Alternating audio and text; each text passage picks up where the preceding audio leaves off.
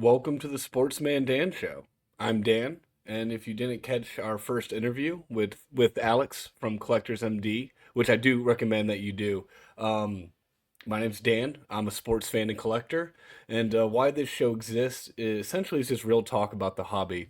Um, like I said, I'm a sports fan and collector first. I also set up at card shows as a vendor. I sell mostly singles. Uh, I have a great $5 box. I might as well be $5 Dan instead of Sportsman Dan, but I take pride in my $5 box. I have a great dollar value box as well, and then some cooler, little bit higher end cards in the showcase. I work a 9 to 5, so cards is just a fun hobby on the weekends. Um, I don't have any sponsors yet, but I do have a strategic partnership with Collectors MD after talking with Alex, and I really am excited about that with Collectors MD and Alex, and I won't keep harping on it, but I do encourage you to check out that interview and what he's doing over there. Anyway, I do say I set up at card shows, and there is a card show that's coming up this weekend, actually. But we will get into that shortly. First, I do want to talk about, well, we're in season, so my Knicks. Um, I have a Knicks hat here, but I'm not sure if I should wear it. They really don't deserve it, but I guess I kind of have to. Um, my O's are out of season, my Mets are out of season, so we won't talk about them right now. We will talk about my Knicks. And actually, let me go ahead and pull this up. As you can see, it hasn't been great lately. We are third in the East, but what worries me is, as you can see, we are 2-8 in our last 10 on a three-game losing streak. Good news, I guess, only silver lining is that Josh Hart and Jalen Brunson should be back to full strength shortly, so that'll be great. Bad news is Mike Brown as a coach. I'm not totally sold yet. I know Tibbs was not perfect. He was not perfect. I'll just leave it at that. But I do miss him a bit. I'm not sure I'm as excited about this team in the East right now. I think maybe we get bounced in the Eastern Conference Final. We might be lucky to make the Eastern Conference Final right now. I am not as excited about this Knicks team as I was to start the year. And I don't want to sound super negative. Like there's super fun pieces. I do miss DiVincenzo though, but I think Deuce McBride, Jordan Clarkson on the guard side have picked it up well. It's just getting it all together. Um, but Jalen Brunson, Josh Hart, Cat, it's a fun team to watch. But right now it's tough. It's tough. Well, my Knicks segment was supposed to take about 4 or 5 minutes. Um, I don't feel like talking about the Knicks for 4 or 5 minutes right now. I think we said all that needs to be said. Uh, Hopefully later on the season, like I said, it will be a reoccurring segment, so there should be more to come there. Right now, I want to do a bit of a hobby check-in. Uh, like I said, nothing crazy here. I'm doing the Sportsman Dan show. Here's the logo for now. Some people have reached out and told me they don't like it. Some people do like it. That's the logo for now. Um, I think the hobby's in a very confused period where, as we saw, football really didn't pop off as much as people thought. It was still a lot of collectors of baseball, and as people know, vintage baseball has the longest tenured collectors, and most collectors are older guys. To be honest with you, the kids getting the ultra modern stuff, it's cool, and there is hype there, but I think it's kind of over the last year I've seen people kind of come in and out of the hobby, and like I said, I've not been around that long doing this. Kind of got back into the hobby, a little background. Like a lot of people, 2019, 2020, didn't really know what I was doing, just ripping packs. Then by 2021, I was like, okay, I want to understand exactly what I'm looking at here. Um, I would say by about 2023 is when I felt I had a good grasp, and I'm still learning now in 2026. But you do already kind of see a bit of cycles, and the baseball and the vintage baseball is what I'm looking to primarily buy right now and sell a lot of this ultra modern stuff. I do still like a lot of ultra modern. I collect Kobe Mayo, I collect Jackson Holiday. Um, Jackson Holiday, actually, it's interesting. I talked a bit on that live about how his price point has dropped recently, and I think it's more regulating versus an inclination of his recent performance. Just because there was all that hype of being the number one prospect, it's very hard for any prospect to keep up that value. I mean, look at some other guys. Other than the for every Paul Skeens and I say Jackson Holiday, I think his value does come back up. Right, there are so much more of the Drew Jones and that. So I think right now we're seeing a lot of collectors who are more. Sorry, you're seeing a lot of people in the hobby who are not collectors. They were more flippers, and so there's a little bit of confusion there. Um, I have here in my notes one thing collectors should stop doing is buying the hype. If you really like a prospect and you watch him in the minor leagues, collect that guy. If everyone else is telling you to get Connor Griffin and Connor Griffin's a guy and you don't know anything about Connor Griffin, I personally would not recommend buying Connor Griffin. Now, at shows, what are people asking me? Do you have any Connor Griffin? Do you have any Connor Griffin? So I see it both ways, 100%. Um, at the end of the day, just kind of collect the sport that you love the most, the players that you like watching the most. That's always at the end of the day, you're going to be happy with your purchases, and then you're not going to be overpaying for the hype. Um, Now, maybe you overpay for the hype because, let's say, you are a diehard Connor Griffin fan. You go to you live in Altoona. I think he's in Double A. You live in Altoona and you go to all the Altoona Curve games, and you're watching Connor Griffin. You know this guy's going to be the next big deal. Okay, I understand from your point of view if you want to go all in on the number one prospect in baseball. Otherwise, I mean, it is hard to find value, and that's at the end of the day, whether you're a collector or a flipper, obviously, you're looking for value. And there's nothing wrong with that. Anytime there's money involved, people are looking for value.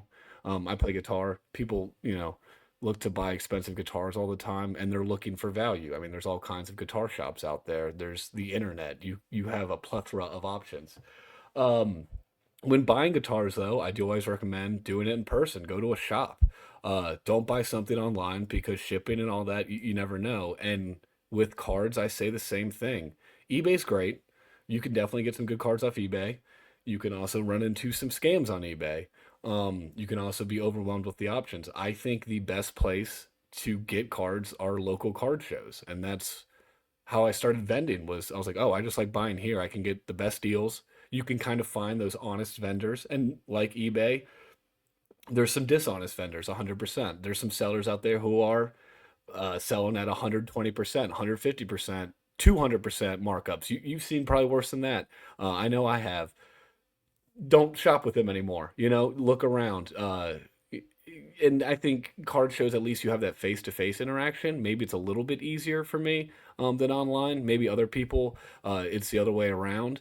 But there isn't that 5-star rating. You don't have the rating system. But if you go and shop and everyone has a phone, they look up prices or just kind of talk to the person and feel them out.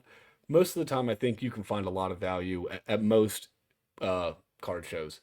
Now, I say local, obviously. I am going to preface 757 card shows. I'm a bit biased because that's where I set up at, but I see a lot of value at the 757 card shows. All right, now I've kind of been alluding to it a few times here. This weekend, I will be set up at the Virginia Beach Fieldhouse January 24th and 25th. Free admission, 9 a.m. to 5 p.m. on Saturday, and then 9 a.m. to 3 p.m. on Sunday. It's pretty much half and half sports and Pokemon TCG. 350 vendor tables plus. I mean, last time I felt like it was about 400 tables. I can't quite say 400, probably about 375, 370. Maybe on Sunday 360. I will say there was probably a little bit of a drop off between Saturday and Sunday. Overall, though, a fantastic show. This is the quarterly show that is the biggest show they do. They also do monthly shows as well that I set up at, but this is the quarterly show. This is the big show. Um, Great venue. If you haven't been in the field house before, it's massive. They have a nice little cafeteria concession set up. And I know, I mean, it's just, sort of cafeteria concession food, but I mean, I believe they have like a full bar and like, pizza, chicken wings, burgers. Like it's as far as concessions go as a card show. I mean, it's pretty daggone good. Um, the autograph guest lineup as well. If you guys are not familiar with this guy, Joe Smith, he was the number one overall draft pick in 1995. He bounced around a little bit in his career.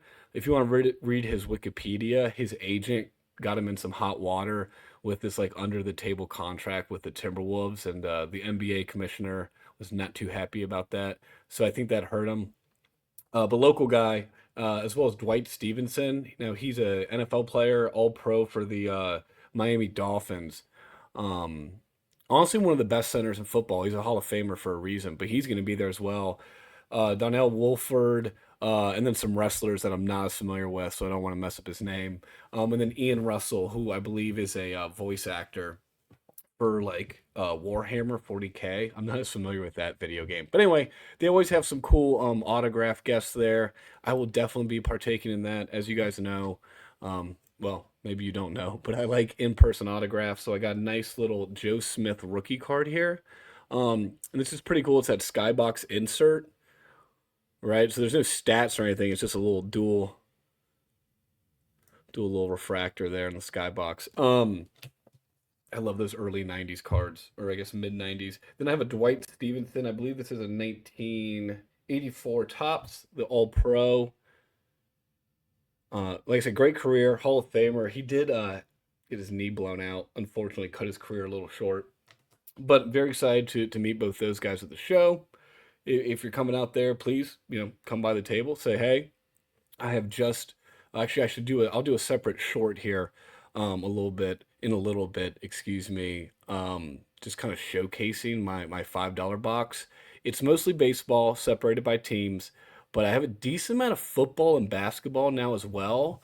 A little bit of MMA, some UFC stuff, but I really just look for, cool cards that range from like $4 to $10 and just set up, you know, if I realize as a collector I like going through nice $5 boxes. The dollar cards are cool and everything, but I don't really have space for a bunch of dollar cards.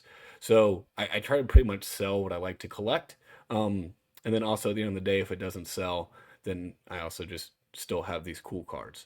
Um, I think that's it for me. Leave some comments if you plan on coming by the show.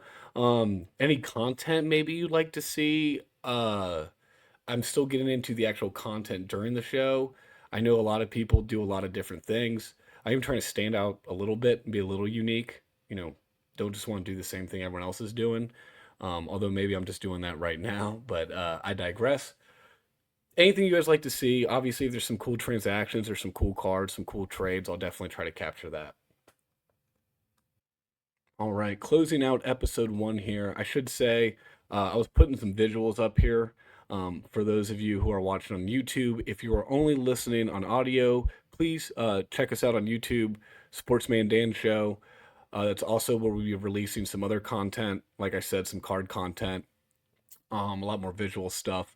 Please subscribe. And like I know it seems cheesy and corny, and I hate saying it, but it does help a lot, especially as I grow this channel. I appreciate everyone listening. If you're from episode one, excuse me if I've been stumbling over my words a little bit, but I really do appreciate all the support out there. I love this hobby. I love collecting baseball cards.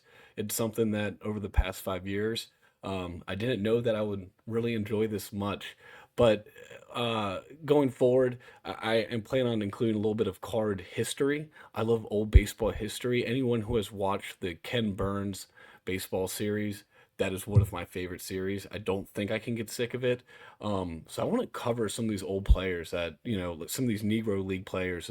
There's a guy, Sam Allen, who comes to a lot of these card shows, who played with Satchel Paige, who played with Jackie Robinson.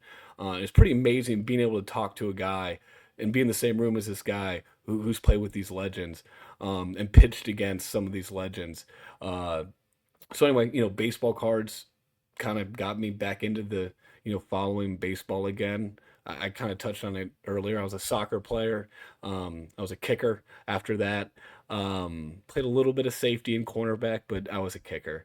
Made a few tackles, but I was a kicker. But anyway, I got back into baseball. That was my favorite as a kid. I loved collecting cards as a kid.